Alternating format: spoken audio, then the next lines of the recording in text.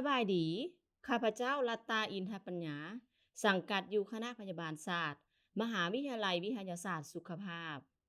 มือนี้ข้าพเจ้าจะมาสาธิตทักษะการสวนทายเครื่องมือและอุปกรณ์ประกอบด้วยเอกสารคนเจ็บผ้าอัดปากเจลล้างมือถุงมือสะอาดเจี๊ยอนามัยผ้าถาดสี่เหลี่ยม1 อันซามมักถั่ว1 อันสารล่อลื่น1 หลอดผ้าแสโถสวนและหลักห้อยสายสวนทายผู้ใหญ่หัวสวนทายสารละลายที่ไส้สวนเช่น Normal Saline Solution 0.9%น้ำสะอาดหรือน้ำสบู่ในอุณหภูมิ40-43องศาเซเยี่ยงนอนสำหรับคนเจ็บ Best Pan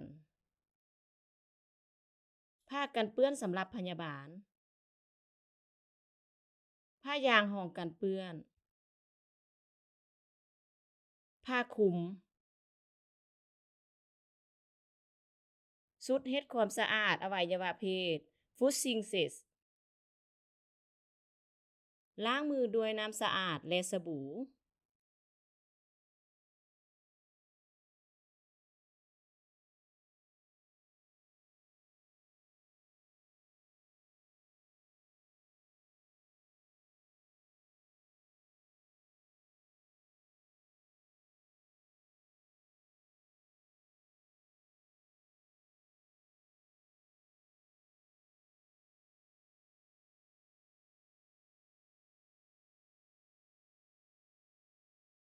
กะเกียมอุปกรณ์ที่จำเป็นสำหรับการสวนทาย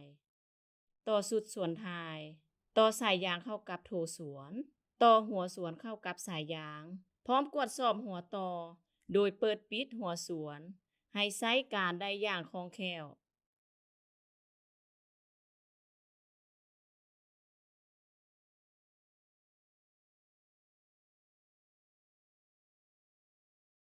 ทอกน้ำสารละลายเช่นน้ำสะอาดหรือน้ำสบู่ในอุณหภูมิ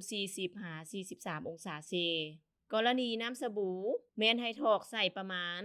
150ซีซีผสมกับน้ำสะอาดปราศจากเชื้อจำนวน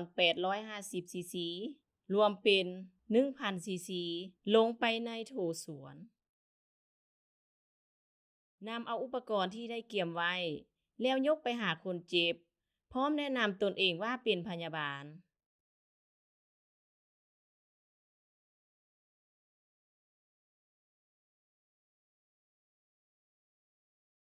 ล้างมือด้วยเจลล้างมือ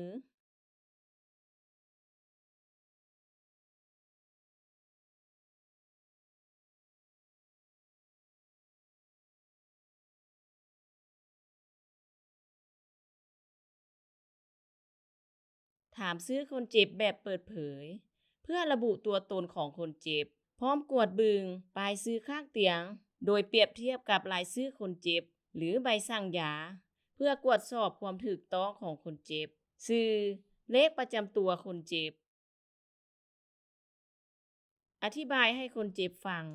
เกี่ยวกับจุดประสงค์และขั้นตอนในการสวนทาย จัดสถานที่และปิดผ้ากั้งให้กับคนเจ็บปูผ้ายางกันเปื้อนบริเวณกระโพกและขาพร้อมปกผ้าคลุมให้คนเจ็บ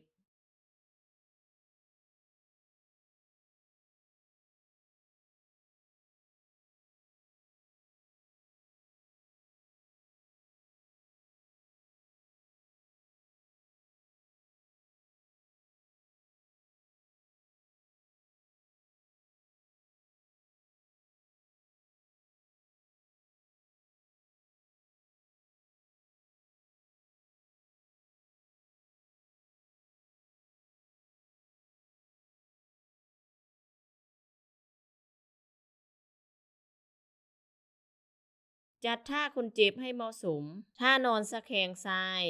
หัวเข้าขวางอไปทางหน้าให้หลาย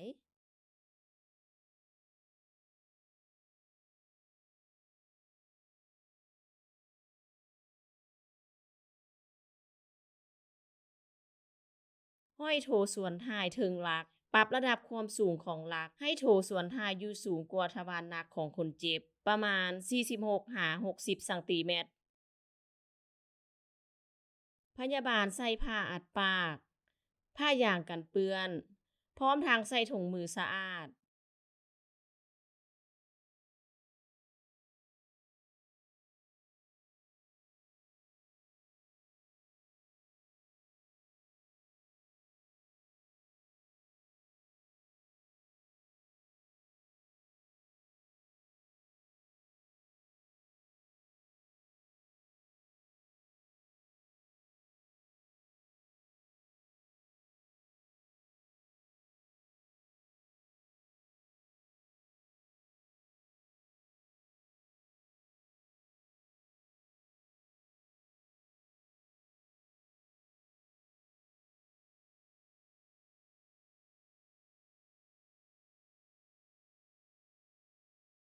กวดซ่อมหัวส่วนท้ายก่อน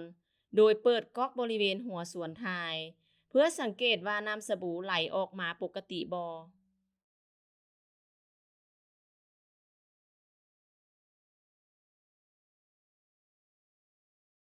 บีบสารหล่อลื่นใส่ผ้าแสแล้วเอาทาใส่หัวส่วนท้าย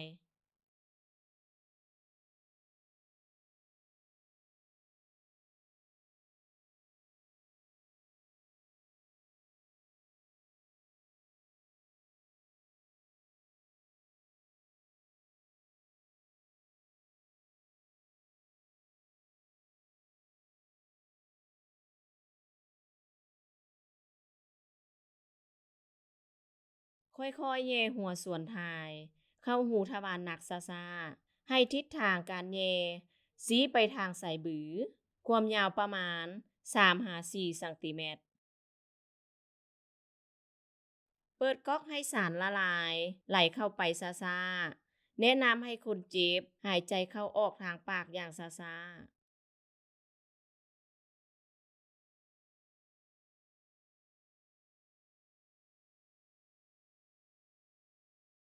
สังเกตระดับน้ำในโถส้วมว่าลดลงหรือบอน้ำไหลเข้าคนเจ็บสะดวกดีหรือบอกวดสอบเบิงถ้าว่าน้ำบ่ไหลอาจมีสาเหตุดังต่อไปนี้คนเจ็บเบงต้องแนะนำให้คนเจ็บหายใจเข้าออกซ่าๆปลายหัวสวนติดผนังลำไส้ต้องเลื่อนหัวสวนออกมาเล็กน้อย อาโจมอุดตันหัวสวน ถ้าหากว่าแก้ไขสาเหตุแล้วบ่ได้ผล ให้ค่อยๆดึงหัวสวนออกแล้วเปลี่ยนหัวสวนใหม่ แจ้งให้คนเจ็บรับรู้ว่าอาจรู้สึกบ่สะดวกสบายในขณะที่ปล่อยสารละลาย ซึ่งเป็นเรื่องปกติที่จะรู้สึกท้องอืดภายหลังให้สารละลายแล้ว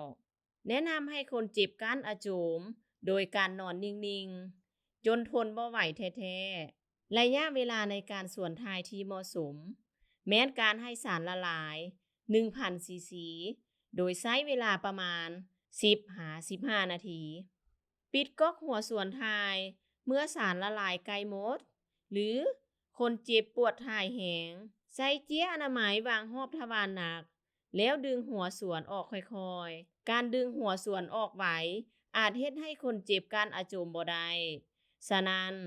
ต้องแนะนำให้คนเจ็บการอาโจมไว้ให้ได้โดนที่สุด สังเกตอาโจมและสิ่งที่ปนเปื้อนออกมานำอาโจม หลังจากนั้นถอดถุงมือและล้างมือด้วยเจลล้างมือ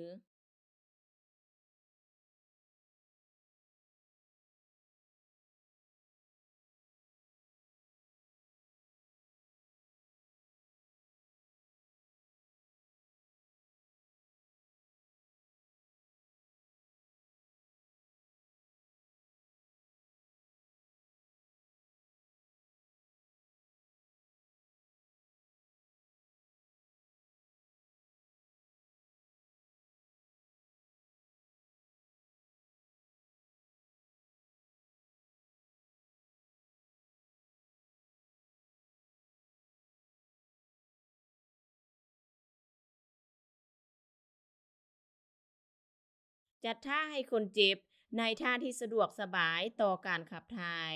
ให้คนเจ็บนอนสะแคงขวาเพื่อให้สารละลายไหลเข้าสู่ลำไส้กรณีคนเจ็บสามารถไปห้องน้ำได้แม้นให้พาคนเจ็บไปห้องน้ำเพื่อความสะดวกในการขับถ่าย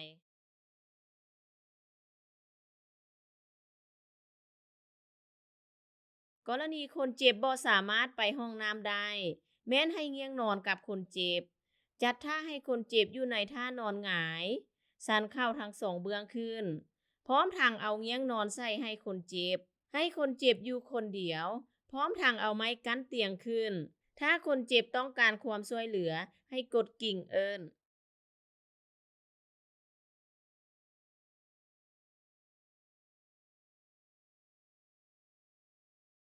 กรณีถ่ายอาโจมด้วยเงี่ยงนอนแม่นให้เซ็ดทำความสะอาดด้วยเจี้ยอนามัยแล้วเอาเงี่ยงนอนออก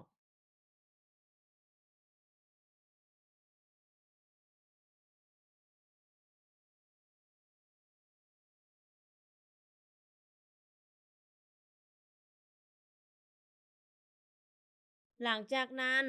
นำเอาชุดอนามัยอวัยวะเพศมาทำความสะอาดให้ถูกต้องตามเทคนิค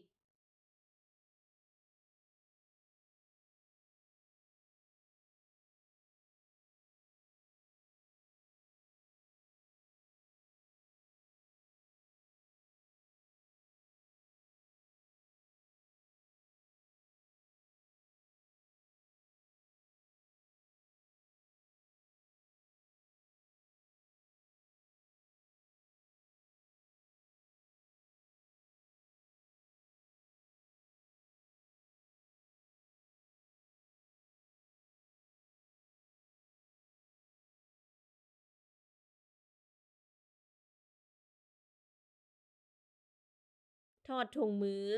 ถอดผ้ากันเปื้อนล้างมือด้วยเจลล้างมือหลังจากนั้นจัดท่าให้คนเจ็บอยู่ในท่าที่สบาย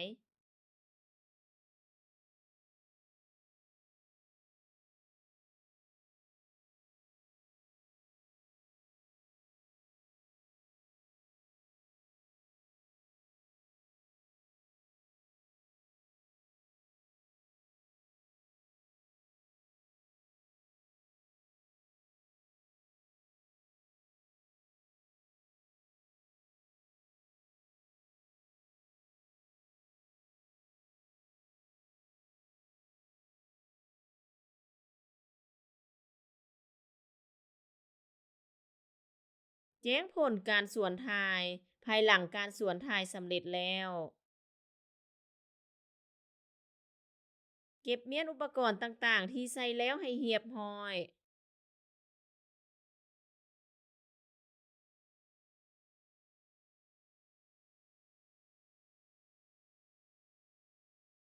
ล้างมือด้วยน้ำสะอาดและสบู่